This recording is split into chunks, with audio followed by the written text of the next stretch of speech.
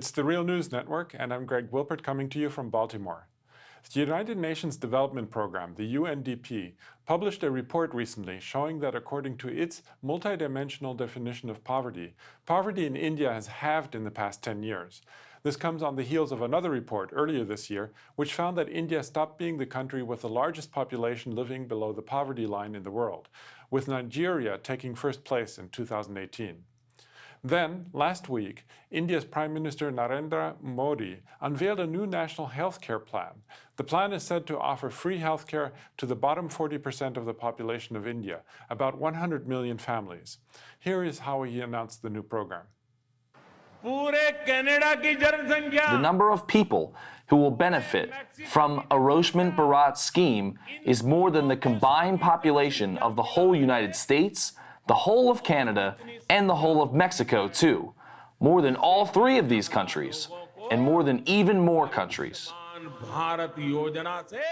The new healthcare plan is being nicknamed Modicare and is expected to cost $1.6 billion per year. Joining me now to analyze India's poverty and the new healthcare plan is Professor Jayati Ghosh. She is Professor of Economics at Jawaharlal Nehru University, New Delhi. Thanks for joining us today, Professor Ghosh. It's a pleasure. So, first of all, to understand what the UNDP really analyzed, what does UNDP mean with multidimensional poverty, and why is this a better measurement than the more common international poverty line? Well, the international poverty line basically looks at incomes, and it assesses whether you have an income that would allow you to meet certain basic necessities. Every country has their own poverty line. It's not as if, there's one that is a standard across the world, but usually it's only based on income. And many people have argued that this actually leaves out a whole lot of the other important dimensions, such as health, education, schooling, nutrition, habitation, where you live, all kinds of things like that. So the multidimensional poverty index, which was developed, in fact, in Oxford, is supposed to bring in all of those things, access to sanitation, access to water, access to food, access to healthcare, access to basic nutrition, all of these angles. So definitely, yes, it's a better measure. The difficulty is that it will rely on different data sets, and so you won't always get, necessarily a consistent time series, because you're using time series from different variables and different statistical systems that are collecting them. So you may not get a sort of consistent result.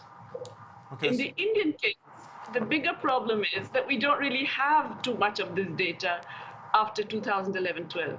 So I really don't know how the UNDP has managed to give us information for the last 10 years. It would be remarkable if they managed to do this, because nobody in India knows. Okay, well, let's turn to the question of, what is poverty doing? I mean, is it going up or down? I mean, according to the UNDP, it has been declining. If that's the case, first of all, I want to know if you would agree with that assessment. And then what government, if it has declined recently, what government policies have contributed to the reduction of poverty in India? Well, to be completely honest, nobody knows whether it's declined or not. It may well have declined, because after all, the Indian economy has been growing at 7 to 8%, and it would be remarkable if there had been no decline in poverty over this period.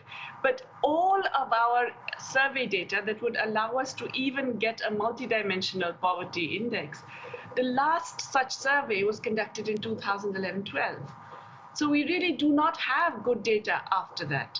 Everything is then based on, guesstimates.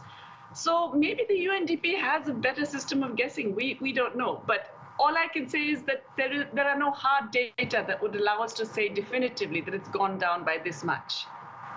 And so what would you say are some of the main problem areas in terms of poverty in India at the moment? The biggest area is clearly nutrition.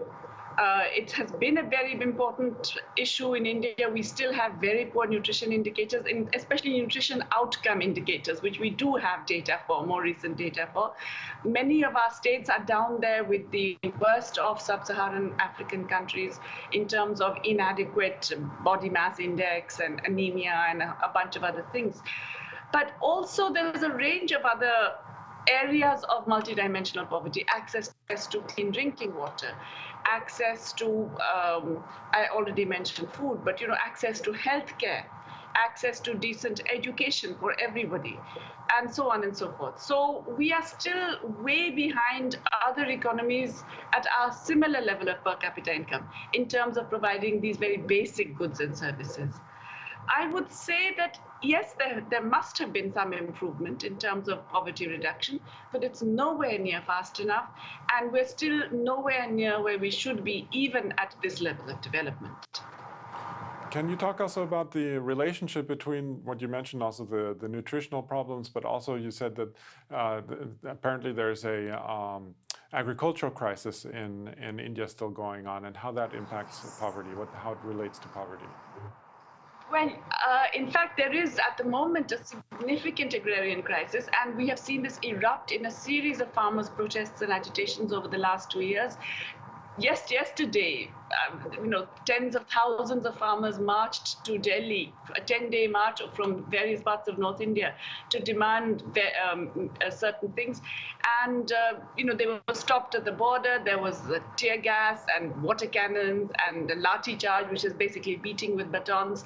Several, especially elderly farmers, injured. A big crisis in terms of that. Last month, there was a march of 150,000 workers and peasants from all over the country.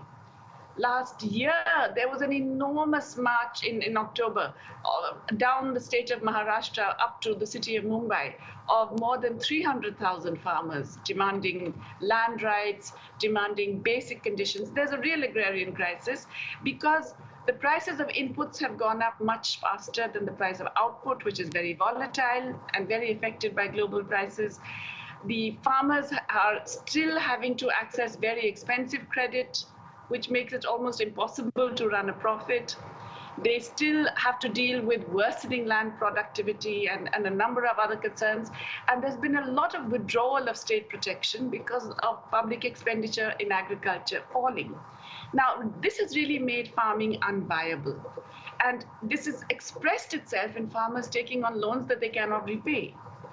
In the last few years, we've seen that this led to desperation that generated farmer suicides and terrible things like that. But now, finally, farmers are beginning to protest. They're beginning to come together, mobilize, and protest.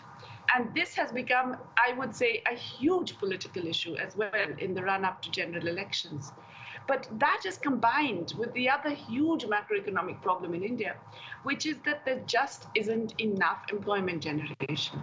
We've been growing at 6 to 7% over the last 10 years, and yet we don't have any increase in formal employment, which is amazing. It's ridiculous. It's unheard of, actually. So huge numbers of our workers, about 85% of them, work for the informal sector. And even in the organized sector, in the formal sector, more than half the workers are informal. That is to say, they don't have proper contracts, they don't have any labor rights, they don't have decent working conditions, they don't get the minimum wage. So we're not generating enough jobs, which is both remarkable and disturbing for an economy that's supposed to be growing so fast. And so even if a lot of these people are not below the poverty line, which I have to tell you in India is a very, very low bar. To be below the poverty line basically means you're starving, you're destitute. A lot of these people are not absolutely destitute, but they are certainly poor by any standards globally, including in the rest of Asia. And we don't seem to be able to provide enough productive employment for them. I just want to turn now to the other point that I mentioned in my introduction, which is that the government of Narendra Modi is introduced this healthcare plan, which is supposed to deal with poverty as well, of course. But some say that it is a scam and that it will line the pockets of private health insurance companies. What is your take on this plan and who would benefit from it? Well, I would definitely go with the second version, that this is a scam that is going to benefit private healthcare companies, because it doesn't actually provide healthcare. It provides healthcare insurance, which is a completely different thing. In other words, it's kind of based on the US model, which we all know is a broken model, because the US has very, very expensive healthcare, but it doesn't give you good health outcomes. You get good health outcomes when you have public spending on publicly provided healthcare. It's much more inclusive, it's much more accessible, it's much more affordable, and it reduces inequalities in health. What this is doing is to say that the government will allow individual families to take on a health insurance, which will provide them up to 500,000 rupees totally for the entire family in the course of a year. Now, that's the maximum you could get, but it would depend on whether you have a particular illness and different illnesses, different kinds of treatment. This is all for tertiary care in the hospitals. Different kinds of treatment have a maximum amount. So if you have a cesarean section delivery, you get 20,000 rupees. If you have to have a bypass operation for your heart, you get maybe 80,000 rupees. It's all defined in those terms. But these are just the rates that are nominally proposed. It doesn't mean that individuals will necessarily get them because it's all being run by private insurance companies. And so far we know that the payment rate of these private insurance companies is pretty bad. It's about 73% of the claims are actually settled. So there's a lot of concern. And we also know that a private health insurance model will only work if you have really strong regulation and monitoring. In India, regulation and monitoring are non-existent. We do them very, very badly. And so what we're doing is exposing the poor to I would say, a potentially disastrous system of relying on private healthcare, instead of expanding a public health system which could actually provide this much more cheaply, much more equitably, and much more efficiently. Okay. Well, we're going to have to leave it there for now. I was speaking to Professor Jayati Ghosh, Professor of Economics at Jawaharlal Nehru University in New Delhi. Thanks again, Professor, for having joined us today. Thank you. And thank you for joining the Real News Network.